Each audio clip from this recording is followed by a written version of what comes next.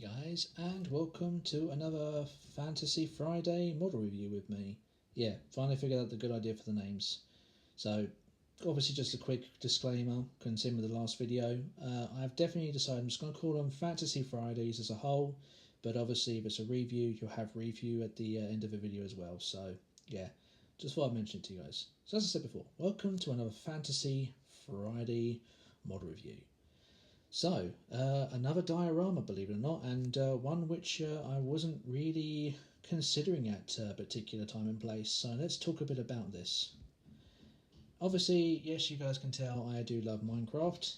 I have enjoyed it over time. I played it back on the 360 and PC when it was in its heyday, back when it was a new thing. It was just a lot of fun.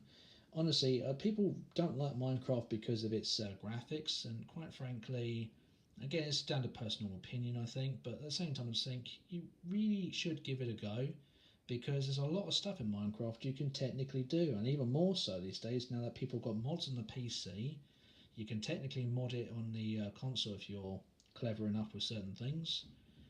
But overall, it's a fun experience. Go out there and build yourself a castle, build USS Enterprise. I've seen people build models of battleships and all sorts on there. Not just that, Star Destroyers, the Death Star. You can do all sorts. Anyway, so Minecraft diorama. But how did you get around to building this then?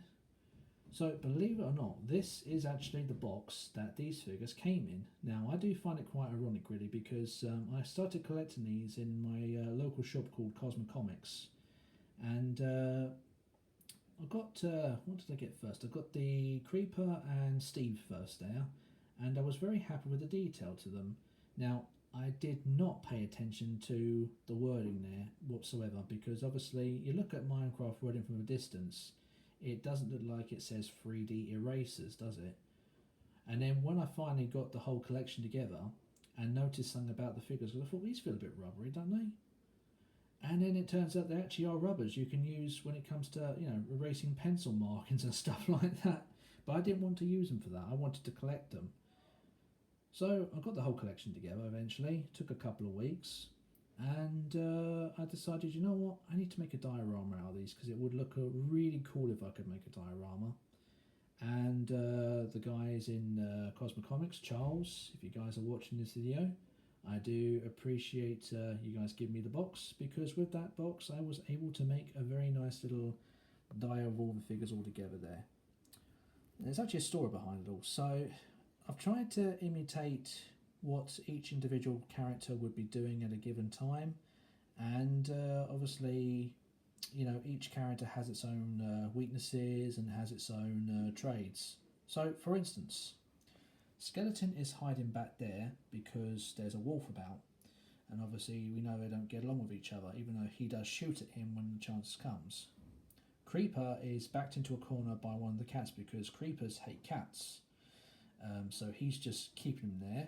But he's got his eyes fixated on Steve, because that's what creepers do. They fixate onto you until you get too close and explode. Meanwhile, we have a Gasp in the background, just about to fire a fireball at Steve, so being very sneaky as they do sometimes. Spider is doing his own thing. Zombie's about to attack Steve, but obviously he has got a friend there to help him out. Meanwhile, in this corner, we have got a villager and an iron golem, which does make a good set there. I was really trying to make a little building there, guys, but as you can see, it didn't really work out too well, so I've just wang it basically. Just gone with a little safe zone, if you like. Same with, I'm not entirely sure who she is. I think she's Steve's girlfriend in the whole thing. I could be wrong. And we've got a snow golem, which surely shouldn't be sitting there, because I know they don't survive unless they're in the snow. Yeah. So that's how the story works in my head anyway. So the diorama itself obviously consists of a box, and in case you guys are wondering, the figures actually do come in little containers, and as you can see, what I used for a couple of rather large trees back there are containers themselves. There's 3 in there, and you can't see them because obviously there's one stuck in the top there somewhere. So I use 3 per side. There's a couple of lights in the top of the box which I have put in. I'll try and show you guys without trying to hold the iPad at the same time. There you go, you can just see them, just a couple of small LED lights. So I've painted the inside silver so the light would be a bit more showable inside the box. And that's basically it. I tried to keep the outside of the box as clean as possible because I wanted to keep that Minecraft Dio look as fresh as possible. Didn't want to do much damage to it. I've kept one of the figurines, which was a double inside this container, because you never know, they might be worth something later on. Me personally, I'm not too fussed, considering I've actually glued all of these down, so they are not really going anywhere anytime soon. I use grass from me Warhammer stuff. I use paint from Cathedral and Humbrol, so all various different colours there to give the textures and squares. Obviously I want to try and make everything as square as possible to go with the world, and that's basically the outcome of it, really.